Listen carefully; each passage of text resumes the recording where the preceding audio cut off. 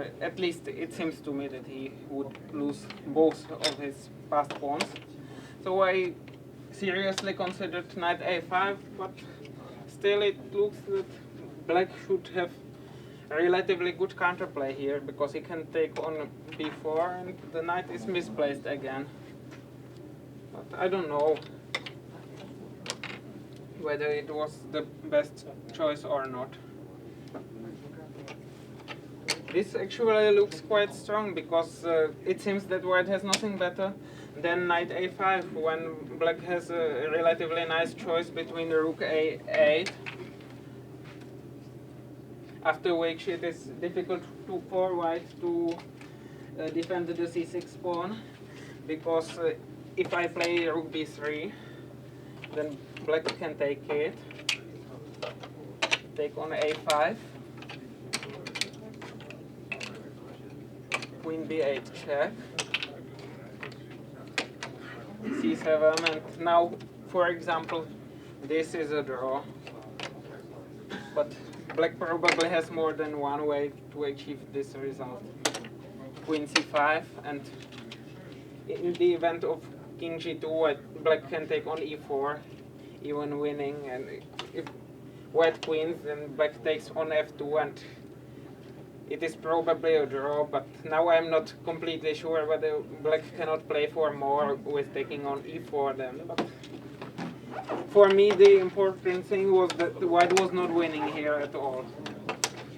Actually, there is also another way how to make a draw, because of this motive and no, sorry, I apologize, this is wrong.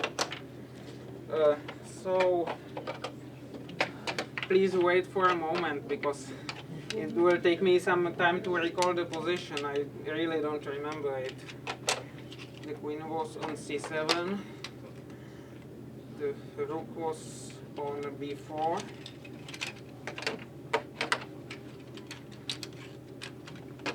the other is here,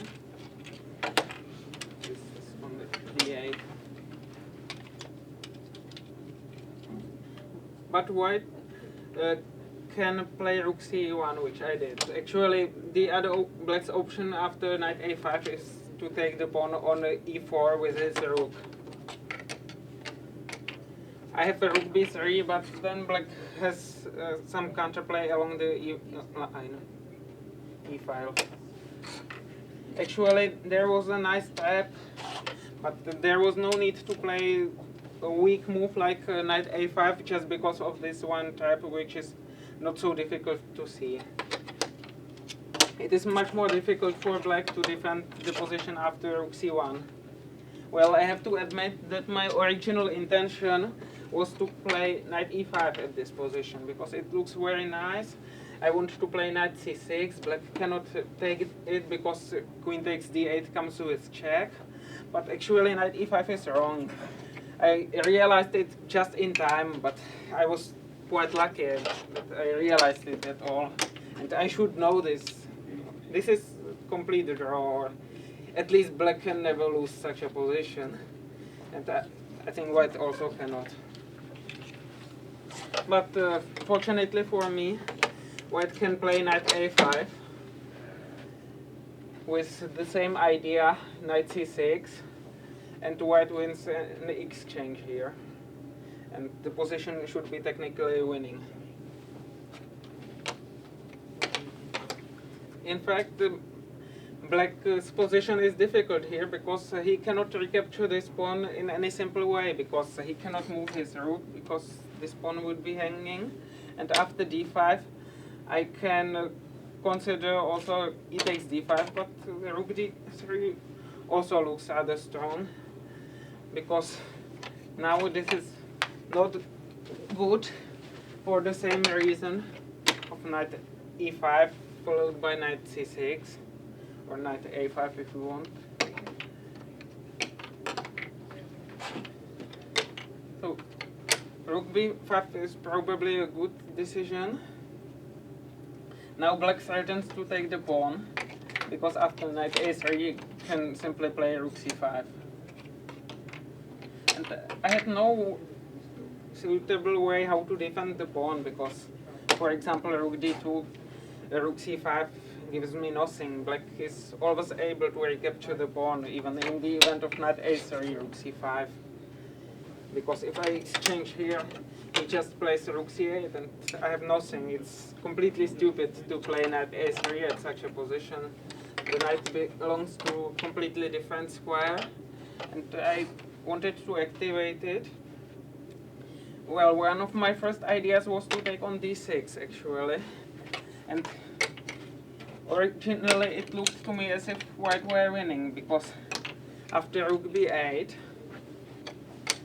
I have an intermediate move e5, and then I can take on b8 and take on f6, and this position is easily winning. I just attack this pawn and transpose to some sort of pawn in the game.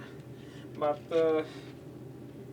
I'm sorry, I don't attack this pawn. I mean that there might happen something like this.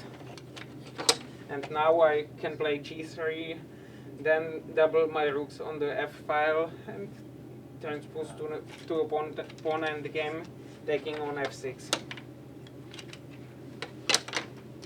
Actually, as it is often the case, the whole line is completely wrong, because black can play rook c5. And it's not difficult to see that c8 check does not give anything. And actually, only white can lose this position. So this would not have been the best final of the game, at least from my point of view.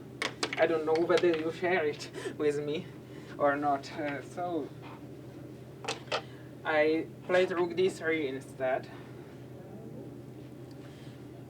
After rook c5, I could take the pawn, because now black cannot take the knight.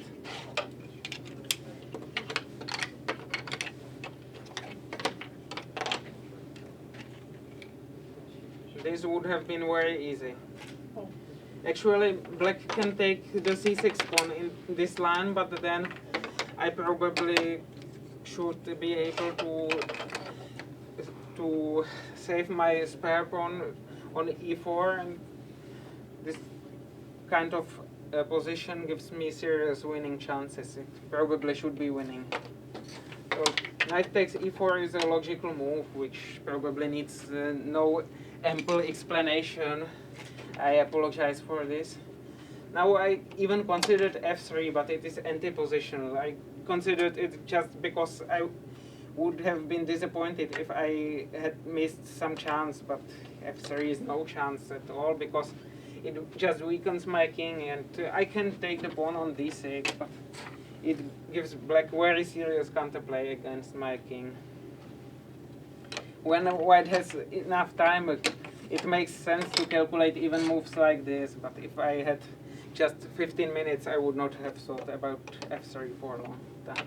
I played knight e3 because I wanted to activate my knight, and knight c5 would be wrong in view of knight d5, because the pawn is taboo in view of knight e7 check.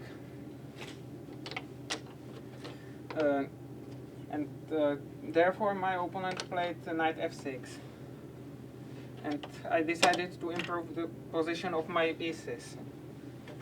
It was also possible to play knight c2 followed by knight d4, but actually I believe that that's not the best way, because I wanted to activate my knight. There I improved my queen, and he played d5. Now I improved the position of my knight. Now I decided to remove the blockading piece. And now rook takes g3 is probably not the most accurate move, for the reasons which we will see later. I played f takes g3, and now black blundered with g6, after which I took on e8 and played knight d6, and now black loses a piece, or maybe even more, because he cannot even reach a rook endgame. But I'm sorry, I will just show one more line, because it was nice, and it took me a lot of time to calculate it, because black can play knight e8 at this position. I play rook e3 anyway. Then he probably has to take it and play d4. Sorry, the rook is there. And now white can take on d4 with a plus pawn, but it was not clear whether it would have sufficed to win. It should be winning, but with my technique it would not have been so simple. So I wanted to take here and play knight d6. But actually there was a tricky line. c7, d3. And during the game I believed that the only winning move would be king h2 here. Because black cannot stop my pawn. He has to give a full rook for it. And this is just losing. But actually white is winning even here after d2 because he can queen his pawn. And if I play rook e1, white can simply take it, which I missed somehow. I haven't realized this.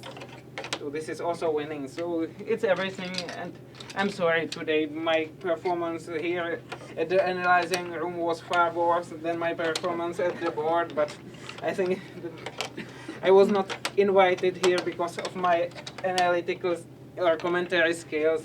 So please forgive me for this.